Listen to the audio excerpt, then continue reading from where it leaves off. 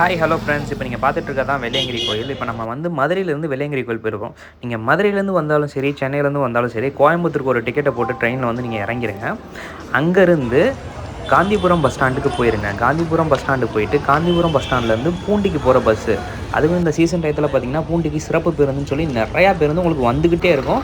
அவசரப்பட்டு ஏற வேணாம், வெயிட் பண்ணி நல்லா சீட்டு கிடச்சோன்னே ஏறுங்க.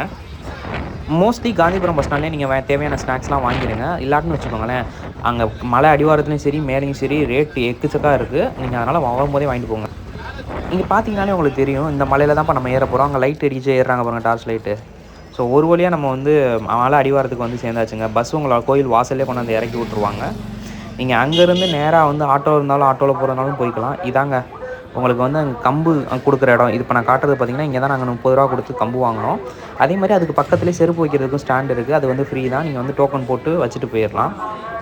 மோஸ்ட்லி மலை ஏறுறது பார்த்திங்கன்னா எல்லாருமே நைட்டு தாங்க ஏறுவாங்க. ஏன்னா கொஞ்சம் கூலிங்காக இருக்கும், அது இல்லாமல் ஏறுற மலைப்பு தெரியாது அப்படின்னு சொல்லிட்டு நாங்களும் நைட்டு 11 மணிக்கு மலை ஏற ஆரம்பித்தோங்க. இப்போ இதுதான் நம்ம டீமு. நம்ம ஒரு வழியாக வந்து நின்று ஃபோட்டோலாம் எடுத்து கிளம்பியாச்சு. ஒரே ஒரு சஜஷன் மட்டும் சொல்கிறேங்க, சனி ஞாயிறு அந்த மாதிரி லீவ் டேஸில் மட்டும் போயிடாதீங்க. செம்ம க்ரௌடுங்க.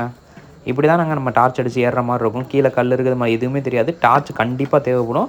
டார்ச் வாங்காதவங்க டார்ச் வாங்கிட்டு போயிருங்க. இல்லை செட்டாக ஒரு 10 பேர் போகிறீங்க அப்படின்னா ஒரு 2-3 டார்ச் வாங்கிட்டு முன்னாடி போகிற ஒரு ஆள் டார்ச், பின்னாடி போகிற ஒரு ஆள் டார்ச் வாங்கிட்டு போயிருங்க. இங்கே பாருங்கள், குட்டி குழந்தெல்லாம் ஏறுறதுக்காண்டி வெயிட் பண்ணிகிட்டு இருக்காங்க. கொஞ்சம் கஷ்டமாக தாங்க இருக்கும். இது தாங்க மலை மேலே இருக்கிற கடை. எல்லா இடத்துலையும் நைட் நேரத்தில் கடை இருக்காது, ஒரு சில கடைகள் மட்டும் இருக்கும். இப்போ தான் நம்ம மலையை முடிச்சிருக்கோம். மலை ஏறி முடியும் போதே உங்களுக்கு வந்து கடை இருக்கும். இங்கே பாருங்கள், இது தாங்க அந்த கோயம்புத்தூரோட வியூவு. என்ன மாதிரி இருக்குது பாருங்களேன்.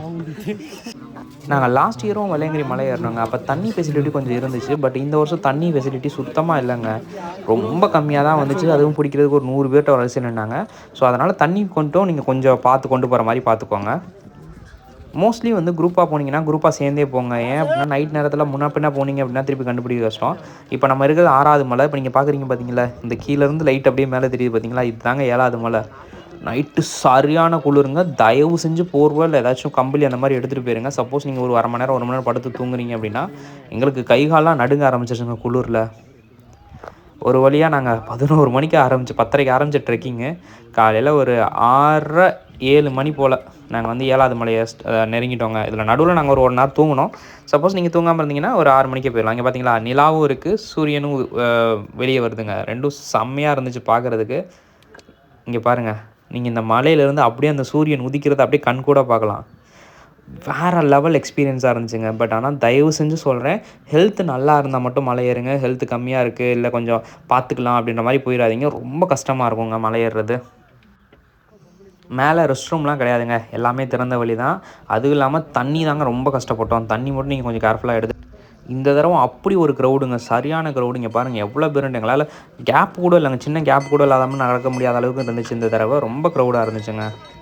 பட் ஆனால் அங்கே சாமி பார்க்குற இடத்துலையும் பார்த்திங்கன்னா ரொம்ப பெரிய க்யூ இருந்துச்சு. நாங்கள் சாமி பார்க்குறதுக்கு மட்டுமே ஒரு 45 மினிட்ஸ் க்யூவில் நின்றுருப்போங்க. இதாங்க அந்த க்யூவு. எங்களுக்கு பின்னாடி க்யூ வந்துகிட்டே இருந்தாங்க. ஒரே ஒரு பிரச்சனை, நாங்கள் போனது லீவ் டேஸு, சனிக்கிழமை போனதுனால தாங்க இவ்வளோ பிரச்சனை. இதுவே வீக் டேஸில் போயிருந்தாலும் இந்த பிரச்சனை வந்திருக்காது. அதே மாதிரி உங்களுக்கு பூஜைக்கு தேவையான பொருள் வாங்கிட்டு போகிறதுனால வாங்கிட்டு போங்க. நம்ம அங்கே கொடுத்தோம்னா அதை வச்சு அவங்க பூஜையும் பண்ணிடுறாங்க. ஒரு வழியாக ஒரு நைட்டு ஃபுல்லாக ட்ரெக் பண்ணி கடைசியில் நம்ம அந்த சாமி கிட்டக்க நின்று சாமியை போய் பார்க்க போகிறோம்னு நினைக்கும் போது உண்மையிலே ரொம்ப ஒரு புல்லரிப்பாக இருந்துச்சுங்க. உள்ளே நுழைஞ்சோடனே ஃபஸ்ட்டு பிள்ளையார் இருப்பாருங்க. பிள்ளையாருக்கு அப்புறம் நம்ம அந்த வரிசையில் நின்று போயிட்டே இருக்கணும். இது குட்டி குட்டி சாமிங்க. அந்த கீழே இருக்கிற அந்த இடத்துல தான் நம்ம சாமி பார்க்க போகிறோம். சாமியுமே பார்த்திங்கன்னா ரொம்ப நேரம்லாம் பார்க்க விட மாட்டாங்கங்க. ஒரு செகண்ட் 2 செகண்ட் தான் பார்க்க விடுவாங்க. பார்த்த உடனே டக்கு டக்குன்னு அனுப்பி விட்ருவாங்க. இது தாங்க அந்த வெள்ளையங்கிரிநாதர்.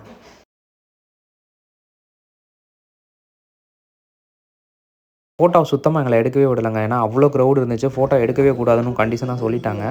அதனால் எங்களால் ஃபோட்டோவோ வீடியோவோ எடுக்க முடியல. ஒரு வழியாக நம்ம சாமியை பார்த்துட்டு நம்ம விபூதி வாங்கிட்டு கீழே வந்ததுக்கப்புறம் இந்த இடத்துல தாங்க 7வது மலை நின்று ஃபோட்டோ எடுக்கிறவங்களாம் ஃபோட்டோ எடுப்பாங்க. உட்காந்து சாப்பிட்றவங்களாம் சாப்பிட்டாங்க. தயவு செஞ்சு முடிஞ்சால் சாப்பாடு கொண்டு போயிருங்க. சாப்பாடு கொண்டு போனீங்கன்னா அங்கே சாமியை பார்த்துட்டு சாப்பிட்டுட்டே நீங்கள் இறங்காதீங்கன்னா. சாப்பிடாமல் இறங்குனீங்கன்னா ஃபுல் அண்ட் ஃபுல் உங்களுக்கு வாந்தி மயக்கம் அந்த மாதிரி வர ஆரம்பிச்சிருங்க. சாப்பாடு நீங்கள் கட்டியே கொண்டாந்துருங்க. இல்லைனா சப்பாத்தி ஜாம் அந்த மாதிரி கூட கொண்டு வந்துங்க. ப்ரெட்டு ஜாம் அந்த மாதிரி கொண்டாந்துருங்க. இது வரைக்கும் நம்ம வந்து ஏற்றத்தில் ஏறணும். இதுக்கப்புறம் நம்ம இறங்க போகிறோம். ரொம்ப கஷ்டமாக இருந்துச்சுங்க.